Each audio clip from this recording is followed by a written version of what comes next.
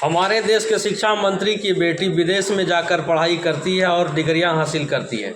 बहुत सारे मंत्रियों के बाल बच्चे विदेश में जाकर पढ़ते हैं और डिग्रियां हासिल करती है, लेकिन जब हमारे देश के बच्चे, हमारे बच्चे, आपके बच्चे, अपने बच्चे जब कुछ डिग्रियां हासिल करना चाहती है, पढ़ना चाहती है, तो उनका पेपर लीक कर दिया जाता है। जब सरकार से हम सवाल पूछते हैं, आप सवाल पूछते हैं हम अपने बच्चों के लिए, हमारे बच्चों के लिए, तो हमें लाठी और डंडों से पीटा जाता है। सरकार साफ कहना चाह रही है कि हम आपके सवालों का जवाब नहीं दे सकते हैं।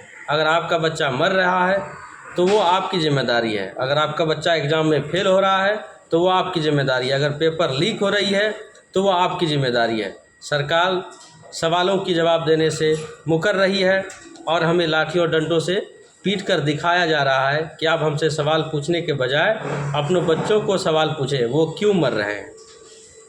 जय हिंद, जय भारत।